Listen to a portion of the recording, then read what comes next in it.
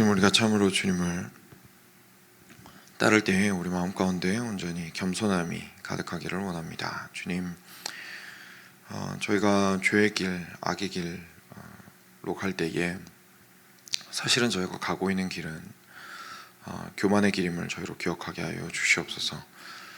주님을 진정으로 사랑하지 못하며, 그리고 주님께서 원하시는 그 길을 따라가지 못하는 것은 결국은 나 자신을 사랑하며 나 자신이 원하는 길로 가야 행복의 길로 갈 수 있다고 믿는 것임을 저희로 기억하게 하여 주셔서, 주님께서 오라고 하시는 그 길이, 예수님께서 먼저 앞서가신 그 길이 참으로 우리가 함께 걸어갔을 때에, 뒤따라 걸어갔을 때에 참 주님의 이끌어 주심으로, 그리고 애씀으로 걸어갔을 때에 참 행복이 있는 길임을 저희로 경험하게 하시고 깨달아 알게 하시고 보아 알게 하여 주시기를 간절히 간구드립니다. 하나님이 아침에 말씀을 통하여서 주님께서 우리에게 인도하시는 것들을 알기를 원합니다. 주여, 우리에게 말씀하여 주시옵소서. 그랬을 때에서야 비로소 우리의 영혼이 참 기쁘겠고, 우리의 영혼이 비로소 눈이 열려서 무엇을 보아야 할지 알 수 있겠습니다. 감사하며 예수님 이름으로 기도드렸습니다. 아멘. 네, 계속해서 시편 같이 보고 있습니다. 오늘은 50편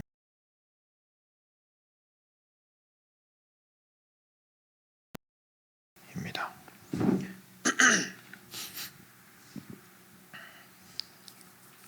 네, 제가 먼저 한 절 읽겠습니다.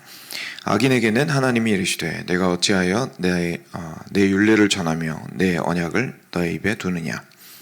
그러니까 교훈을 미워하고 내 말을 내 뒤로 던지며 도둑을 본즉 그와 연합하고 간음하는 자들과 동료가 되며 내 입을 악에게 내어주고 내 혀로 거짓을 꾸미며 앉아서 내 형제를 공박하며 내 어머니의 아들을 비방하는도다. 내가 이 일을 행하여도 내가 잠잠하였더니 네가 나를 너와 같은 줄 생각하였도다. 그러나 내가 너를 책망하여 내 죄를 내 눈앞에 낱낱이 드러내리라 하시는도다. 하나님을 잊어버린 너희여, 이제 이를 생각하라. 그렇지 아니하면 내가 너희를 찢으리니 건질 자 없으리라. 감사로 제사를 드리는 자가 나를 영화롭게 하나니 그의 행위를 옳게 하는 자에게 내가 하나님의 구원을 보이리라. 아멘. 네, 사실 50편 말씀은 그 앞부분에서부터 같이 보면 좋긴 한데 너무 또 길어지니까요. 짧게만 짚고 오늘 말씀 바로 들어가도록 하겠습니다. 앞에 부분은 결국 제사에 관련된 말씀입니다. 제사에 관련된 말씀인데 하나님께서 이스라엘 백성들한테 착각하지 말라고 얘기하시는 거예요. 너희들이 나한테 제사로 뭔가 대단한 일을 행하는 줄 알 수 있는데 그게 아니고, 사실 그 제사가 내가 정말로 원하는 제사는, 하나님께서 정말로 원하시는 제사는 감사로 드리는 제사라는 이야기를 하시는 게 바로 앞부분입니다. 근데 이제 이 표현이 결국 하나님이 정말 원하시는 제사가 감사의 제사라면, 다른 말로 하면요, 진짜로 본인들이 드리는 제사도 감사여야 한다는 뜻인 거죠. 그죠? 왜냐하면 감사의 제사를 원하시는 거니까 원래 제사를 드리는 의미도 감사하여야 한다는 것을 저희가 알 수가 있습니다. 그래서 이거를 좀 저희가 머리에 넣고 오늘 말씀 같이 보도록 하겠습니다. 16절입니다. 악인에게는 하나님이 이르시되, 그러니까 이제 하나님께서 약간 방향을 트신 거예요. 그러니까 제사 지내고 있는 사람한테 뭐라고 하시다가 이제 옆에 방향을 트셔서 악인을 향해서 하나님이 말씀하십니다. 악인아, 네가 어찌하여 나의 율례를 전하며 나의 언약을 너의 입에 두느냐. 이게 무슨 말이죠? 이런 거죠. 성경에서 말하는 악인은 하나님 바깥에 있는 사람입니다. 하나님 바깥에 있는 사람입니다. 그래서 만약에 이 사람이 너무 착하게 살아요. 지금 우리식으로 얘기하면 너무너무 착하게 살고 성실하게 살아도 하나님을 대적하고 거역하고 하나님의 뜻에 관심을 가지지 않고 등을 돌리고 살아간다면 하나님은 그를 악인이라고 하십니다. 그래서 여기서 말하는 악인이 있어요. 근데 이 악인이 어떤 모습을 가지고 살아가고 있냐면 나름대로 사람들한테 이야기하는 겁니다. 그리고 자기 스스로도 말합니다. 하나님의 뜻을 따라야 한다. 뭐 이런 얘기 하는 거예요. 그리고 우리는 하나님 믿는 사람들이야. 언약 백성들이야. 하나님의 언약 안에 있는 사람들이야. 그러니까 그 언약 중요하게 생각해야지. 하나님과의 관계 중요하게 생각해야지. 라고 말을 하는 사람이에요. 그러니까 입으로는 그 하는 말들이 굉장히 쉽게 말해서 신앙인의 모습을 보여주고 있다고 저희가 볼 수가 있습니다. 근데 그 사람한테 하나님께서 지금 악인이라고 말씀하십니다. 무슨 말이냐면 결국은 등을 지고 있다는 얘기입니다. 하나님께 결국은 등을 지고 있다는 얘기죠. 그리고 나서 이제 좀 더 구체적으로 이야기하십니다. 이 악인이 어떤 모습인지. 네가 교훈을 미워하고 내 말을 너의 뒤로 던지며 이렇게 되는 거죠. 그러니까 하나님 말씀에 대해서 이야기를 하면서도 정작 본인 자신은 하나님 말씀을 듣고 나서 그 교훈을 어떻게 합니까? 미워합니다. 우리식으로 얘기하면 어떻게 표현될까요? 아니 이거 뭐 이렇게 사는 사람이 세상에 어딨나? 그죠? 예, 말씀 듣고 나서 여러분 저희가 말씀을 들을 때요 마음에 불편함 분명히 있을 수 있습니다. 그리고 있어야 합니다 사실. 왜냐하면 그게 이제 자기 자신을 돌아보는 거거든요. 그러니까 불편함 자체가 자기를 악인으로 만든다는 얘기가 아닙니다. 마음이 불편했을 때 무슨 말이냐면 하나님께서 나의 마음을 찌르시고 정확한 기준을 제시하시고 올바른 길이 무엇인지를 선포해 주셨는데 그걸 딱 들었어요. 근데 마음이 불편한 건 일단 똑같습니다. 근데 그 다음 반응이 중요한 거죠. 그래서 어떻게 반응할 거냐. 이제 참 하나님의 백성이라면 내가 하나님의 마음을 참 아프게 하고 있었고 나는 참 옳다고 생각하고 그래도 고집 피우면서 여기까지 왔는데 이 길이 아닐 수 있겠구나. 이 길이 잘못된 길인가 보구나. 라고 스스로를 돌이켜보게 됩니다. 근데 이런 마음을 가질 수도 있습니다. 아니 뭐 이렇게까지 말해. 주변 사람들은 다 괜찮다고 하는데 뭐 이렇게까지 말하지?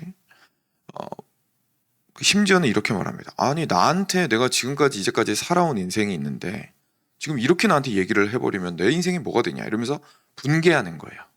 실제로 그런 분들이 있습니다. 그러니까 교회 바깥에서 오랫동안 시간을 지내시다가 교회 안에 들어왔는데 교회에서 전하는 은혜의 메시지가 자기한테는 너무 화가 나는 메시지인 거예요. 그런 분들 생각보다 꽤 있습니다. 왜냐면 그걸 받아들일 수가 없는 거죠. 그러니까 결국은 그 마음 가운데에 그 말씀이 반대로 하나님과는 반대 방향으로 가 있다라는 걸 보여주는 겁니다. 그 마음의 태도가. 그렇기 때문에 이 사람은 하나님의 말씀을 어떻게 하겠습니까? 뒤로 던져버리는 거예요. 나 이런 거는 뭐 도저히 이 말씀 따라서 살 수가 없지 내가. 이것 따라 살다가 내가 뭐 어떻게 되라고 하면서 이 말씀 그냥 뒤로 던져버리는 거죠. 그러니까 앞에서 뭐라고 말하는지가 중요한 게 아니라 실제로 이 사람 마음 가운데 하나님의 말씀을 대하여서 어떠한 태도를 가지고 있는지가 아주 중요하다는 것을 알게 됩니다. 그 다음도 같은 맥락입니다. 도둑을 본즉 그와 연합하고 간음하는 자들과 동료가 되며 도둑하는 자들과 함께 연합을 하고 간음하는 자들과 동료가 된다는 것은 자기 자신은 도둑질을 하지 않고 자기 자신은 간음하지 않을 수도 있습니다. 그렇죠? 근데 그들과 연합하고 그들의 동료가 되어서 함께 친구가 되어서 뜻을 합할 수가 있는 겁니다. 이거랑 저희가 불신자랑 친구하면 안 된다라는 거랑은 헷갈리시면 안 됩니다. 그죠? 헷갈리시면 안 됩니다. 우린 친구를 해야 하고 친구처럼 살아갈 수 있습니다. 근데 우리가 친절하게 대하고 신실하게 대하고 그리고 그 사람의 유익을 구하면서 사랑으로 대하는 거는 우리가 그 사람의 악함에 우리의 마음을 합하는 게 아닙니다. 오히려 우리가 하나님의 마음을 가지고 이 사람을 향해서 가는 겁니다. 근데 지금 여기서 이야기하는 건 뭐냐면 내가 악인이라는 사실이 어떻게 드러나냐면 상대방이 행하고 있는 악행을 나도 별 판단이 안 되는 거예요. 그냥 괜찮은 거죠. 아무렇지도 않은 거예요. 마음이 막 불편하고 어렵고 이게 아니고 그냥 괜찮은 거예요. 저 사람이 너무 악한데도 같이 있는데 아무렇지도 않아요. 그리고 심지어 대화하다가 재밌어요. 막 깔깔깔깔 웃습니다.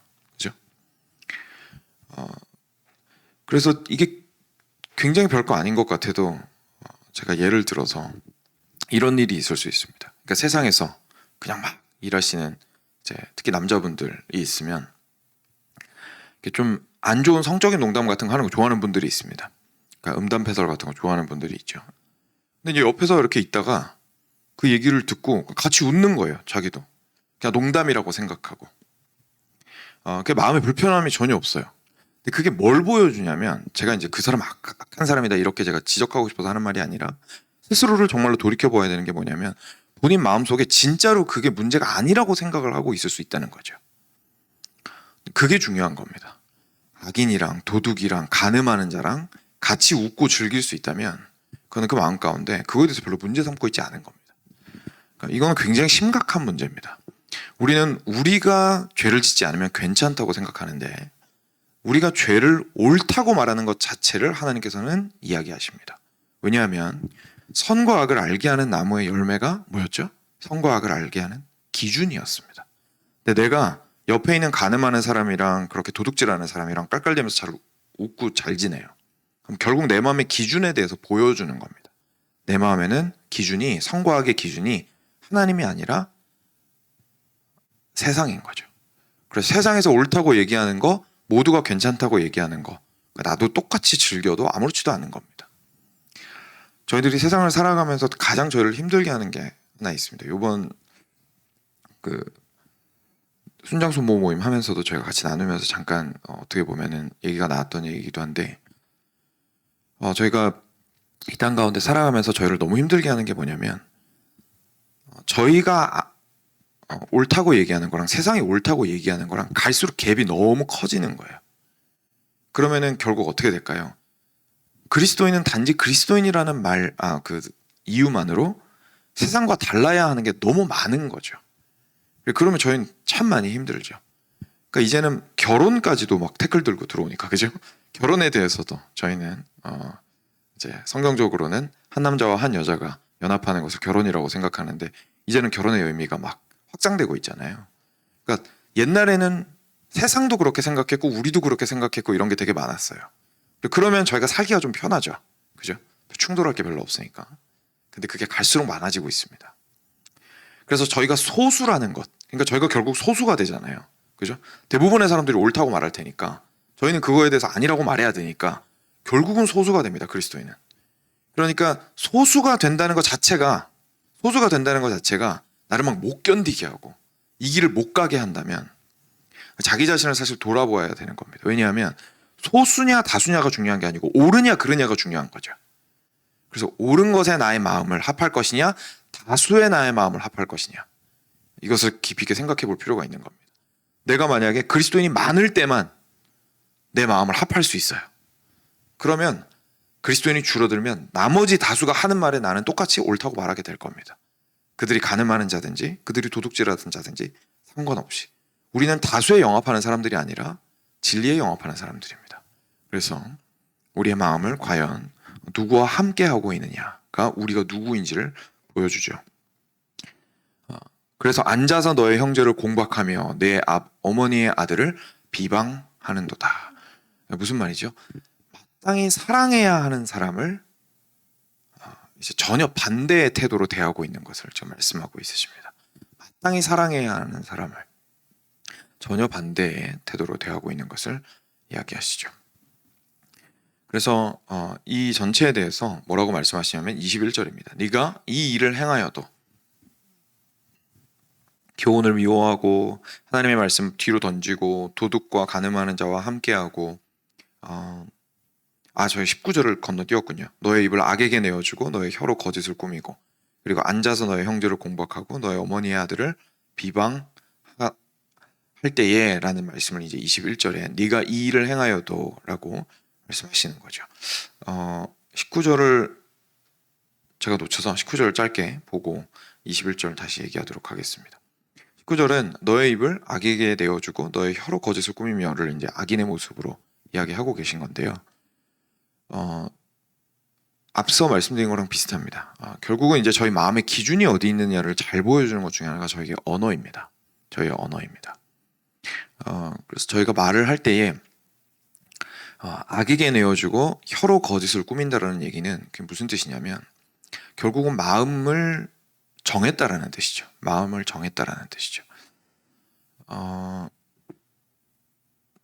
저에게는 그렇게 하려고 이렇게 노력하는 것이 하나 있는데 마음 가운데 있는 걸 어떻게든 이렇게 마음을 다스리는 것이 참 힘들 때에도 입으로 표현을 안 하려고 애쓸 때가 많이 있습니다. 잘 안 되죠, 사람이. 근데 그러니까 혼자 있을 때도요. 혼자 있을 때도 이것을 입으로 표현하지 않을 때가 있습니다. 저희 막 그럴 수 있잖아요. 앞에서 막 얘기하고 나서 너무 화가 나가지고 근데 그 사람한테는 얘기 못해요. 뒤돌아가면서 욕합니다, 입으로. 그죠? 혼잣말로. 이제 그거를 하는 것 자체가 뭐 하는 거냐면 영어로 말하면 affirming 하는 거예요. 그러니까 확인을 하는 거예요. 도장을 찍는 거예요. 말을 해버리면. 왜냐면 내가 마음에 있는 게 밖으로 나오도록 내버려 뒀잖아요. 그렇죠? 그리고 말을 하게 되면 확인을 하는 겁니다. 나 그렇게 생각해. 나 그렇게 생각해. 나 그리고 그게 맞다고 생각해. 내 마음이 옳다고 생각해. 라는 걸 입으로 시인함을 통해서 사실상 인정하는 겁니다. 그래서 하나님은 우리의 마음을 보실 거예요. 근데 내가 나의 그 마음을 입으로 표현하는 순간 나한테 미치는 영향이 너무 커요. 나도 모르게 그 방향으로 가는 겁니다. 우리 왜 그런 얘기 하죠? 거짓말 많이 하면 자기도 거짓말 믿게 된다고. 똑같은 겁니다. 그러니까 마음에 있는 거를 입 밖으로 내면 그게 확인 도장이 돼버려요. 나도 모르게. 그래서 내 마음에 길이 생깁니다. 내 마음에 길이 생겨요. 그러면은 그쪽 방향으로 자연스럽게 생각하게 됩니다. 그러면은 하나님과 멀어지는 방향으로 나아가기가 아주 쉬워지죠. 그래서 지금 그 말씀을 하시는 거예요. 그래서 이걸 그렇게 심각하게 말씀하시는 겁니다. 왜 이거를 하나님 그 말 한마디가 뭐 대수라고. 내가 진짜로 저 사람 죽이고 싶어서 죽여버려라고 한 것도 아니고 내가 정말로 뭐 진짜 나쁜 일 하고 싶어가지고 저 사람에 대해서 그런 말 한 것도 아닌데 하나님 뭐 그 말 한마디 가지고 그러십니까? 라고 우리는 할 수 있죠. 근데 그 말 한마디가 무엇을 보여주느냐가 중요한 거예요. 근데 그 말 한마디가 보여주는 것이 결국은 나의 마음의 기준이다라는 것을 말씀하시는 거죠. 그래서 21절 다시 이제 지나가서요. 네가 이 일을 행하여도 이 모든 일들을 행하여도 하나님께서 잠잠하셨더니 내가 잠잠했더니 그러니까 당장 벌을 안 내리신 겁니다. 하나님께서 잠잠하셨더니 네가 나를 너와 같은 줄로 생각하였도다. 그러니까 하나님 뭐 이 정도 가지고 그러세요 라고 하나님도 그렇게 생각한다고 우리가 생각했다는 겁니다. 하나님 뭐 이 말 한마디 가지고 하나님 뭐 그냥 간음하는 자들과 그리고 도둑질하는 자들과 뭐 죄가 같은 죄를 짓는 것도 아니고 저는 성실하게 잘 살잖아요. 저는 주일날 교회 나가잖아요. 저는 주님 앞에서 예수님 이름으로 기도하잖아요. 저는 그리스도인이라고 말하잖아요. 저 직장 동료 만나면 전도지 주잖아요. 그죠? 이렇게 말을 하는 거죠. 근데 하나님께서 그러면서 자기가 하는 그 행동과 마음의 기준에 대해서는 하나님께서 판단하지 않은 것을 보고 뭐 하나님도 나랑 비슷한가 보다. 이 정도로 살면 괜찮은가 보다 라고 말씀하실 거라고 생각을 한다는 얘기입니다. 그렇게 생각하였도다. 그러나 내가 너를 책망하여 너의 죄를 너의 눈앞에 낱낱이 드러내리라 라고 이야기하십니다. 그래서 그 죄를 하나님께서 반드시 드러내실 것에 대해서 이야기하시죠. 그래서 종합해서 이제 이야기하십니다. 마지막에 하나님을 잊어버린 너희여. 그래서 이 악인의 모습을 하나님께서 다른 말로 표현을 하시는 거죠. 하나님을 잊어버린 자요. 그죠? 그러니까 악인인 겁니다. 왜냐하면 하나님에게 등을 돌린 거니까요. 그래서 우리가 하나님을 잊어버리는 것은 간단하게 생각할 문제가 아닙니다. 저도 기억이 납니다. 어린 때에 특히 어릴 때에 신앙이 아직 성장하지 않았을 때에 정말 월요일부터 토요일까지는 단 한 번도 하나님 생각을 안 했던 적이 분명히 있었던 것 같아요. 그리고 이제 교회 오면 그제서야 생각을 하는 거죠. 자연스러운 저희의 모습인 것 같습니다. 그런데 그 모습을 절대로 당연하다고 생각하면 안 됩니다. 하나님을 잊어버리고 살아가는 것에 대해서 하루를 돌이켜 보았을 때 하나님을 내가 잊어버리고 살아갔다면 결국 나는 내 마음에 우리 요즘 듣는 설교에 따르면 하나님을 잊어버렸으니까 하나님을 경외할 수가 없잖아요. 그죠? 하나님을 경외하는 삶을 살아야 되는데 뭐 하나님이 없는데 어떻게 경외합니까? 그러니까 내 마음의 중심에 하나님께서 선하다 악하다고 말하시는 그 기준이 있을 수가 없어요. 하나님을 잊어버리면. 그래서 하나님을 잊어버리는 건 생각보다 심각한 문제라는 사실을 우리가 기억할 필요가 있죠. 그래서 하나님 말씀하시는 겁니다. 하나님을 잊어버린 너희여. 이제 이를 생각하라. 그러니까 잊어버리지 말라는 거예요. 생각하라. 그렇지 아니하면 내가 너희를 찢으리니 건질 자 없으리라. 하나님께서 반드시 심판하신다라는 얘기입니다. 선과 악을 구분하시리라. 혼내키시리라 이런 뜻이 아니라 선과 악을 구분하시리라 이제 이런 뜻인 거죠. 그래서 선과 악을 구분하여 네가 마음을 다하여 나를 의뢰하고 나를 경외하였는지를 보리라. 그러니까 행동이 완벽하였는지를 보겠다는 말씀이 아닙니다. 이해되시죠? 왜냐하면 지금 계속 말씀하시는 게 마음의 기준이 어디 있느냐라고 자꾸 물어보시는 거거든요. 그러니까 행동이 완벽했느냐, 털어서 먼지 안 나오느냐 이 얘기가 아니에요. 우리는 이제 그런 말씀으로 듣고 너무너무 두렵죠. 이런 말씀 들으면 하나님께 앞에서 잘못하면 큰일 나는구나. 하나님은 그런 뜻이 아닙니다. 잘못을 했는데 아무렇지도 않은 거예요. 잘못을 했는데 자기 혼자 괜찮다고 말해요. 잘못을 한 사람들과 즐겁게 잘 지내요. 그러니까 우리의 마음이 하나님을 향해 있지 않고 뭐 하나님 굳이 뭐 하나님 말씀하신 대로 살아야 되나요? 이런 마음이 있다는 것을 굉장한 심각한 문제로 말씀을 하시는 겁니다. 그러니까 지속적으로 자기가 죄를 짓고 있는데 마음이 가책이 없어요. 이거 자체가 보여주는 우리의 하나님과의 관계의 문제가 있다는 얘기입니다. 감사로 제사를 드리는 자가, 반대로 그러면 어떻게 할까요? 감사로 제사를 드리는 자가 나를 영화롭게 하나니 그의 행위를 옳게 하는 자에게 내가 하나님의 구원을 보이리라. 그래서 여러분 여기서 보면요, 그의 행위를 옳게 하는 자에게 내가 구원을 보이리라 라고 말씀하시잖아요. 그러니까 우리가 이 말씀 보고 오해하면 안 되는 겁니다. 우리가 이 말씀 보고 어떻게 생각하냐면, 그래서 내가 내 삶이 완벽해야 하나님이 나를 구원하시는구나, 내가 하나님을 전심으로 순종할 뿐만 아니라 진짜 모든 명령을 다 잘 지켜야, 뭐 간단하게 말해서 10계명이라면 10계명에서 하나도 어기지 말아야 하나님이 나를 구원하시는구나, 이런 뜻이 아닌 거예요. 이런 뜻이 아니라 지속적으로 하나님을 향해서 걸어가고 있는가를 물어보시는 겁니다. 왜냐하면 지속적으로 그 길을 걸어가려면 내 마음이 어떻게 해야 돼요? 하나님을 사랑해야 됩니다. 그리고 나의 죄를 미워해야 됩니다. 그래야 그 길을 계속 갈 수가 있어요. 안 그러면 그 길을 절대로 못 올라갑니다. 계속해서 그 길을 가고 있느냐를 말씀하시는 것이죠. 지속적으로 전심으로 나를 향하여 나의 뜻을 따라 가고 있느냐, 그 행위를 옳게 하는 자, 그 행위가 의로운 자, 그 행위가 하나님을 향하고 있는 자에게 내가 구원을 보이리라 라고 말씀하시는 것이죠. 그러니까 그게 우리 믿음인 거예요. 우리가 믿음만으로 구원받는다고 하잖아요. 그러니까 결국 그 믿음이 어떻게 드러나냐면, 예수님께서 내 죄를 위해서 십자가에 못 박혀 죽으신 것을 제가 믿습니다 라고 하면 우리가 구원을 받는 거 맞습니다. 근데 그 마음이 그래서 어떤 마음이냐는 거죠. 여러분, 하나님께서 여기서 말씀하셨죠. 너를 책망하여 너의 죄를 너의 눈앞에 낱낱이 드러내리라.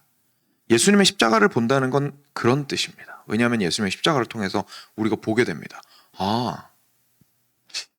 내 죄가 엄청 심각한 거였구나. 예수님이 저렇게 죽으시는 걸 보니까, 나의 자리에서 저렇게 죽으시는 걸 보니까 내 죄가 진짜 엄청 심각한 거였구나. 그러니까 하나님께서 예수님의 십자가를 통해서 우리의 죄를 낱낱이 드러내신 겁니다.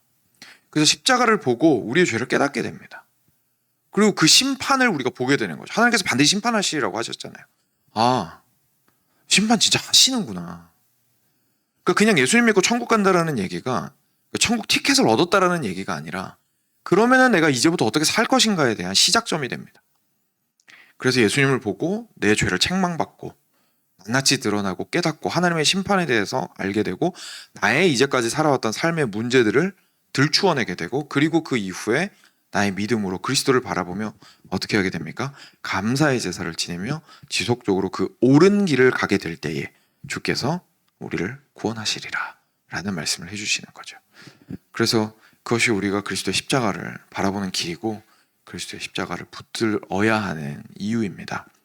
사랑하는 여러분, 오늘 말씀을 통하여서 정말 우리가 우리의 영혼에게 질문했으면 좋겠습니다. 과연 나는 하나님을 참으로 사랑하고 하나님께서 정말로 나의 인생을 인도하고 계시며 구원하셨다는 사실에 감사함으로 오늘의 이 길을 전심으로, 마음으로, 너무 감사함으로 하나님께서 옳다 하시는 방향으로 가고 있는가라는 것을 한번 기도 가운데 점검해 보시고 주님 앞에 또 나아가셨으면 좋겠습니다.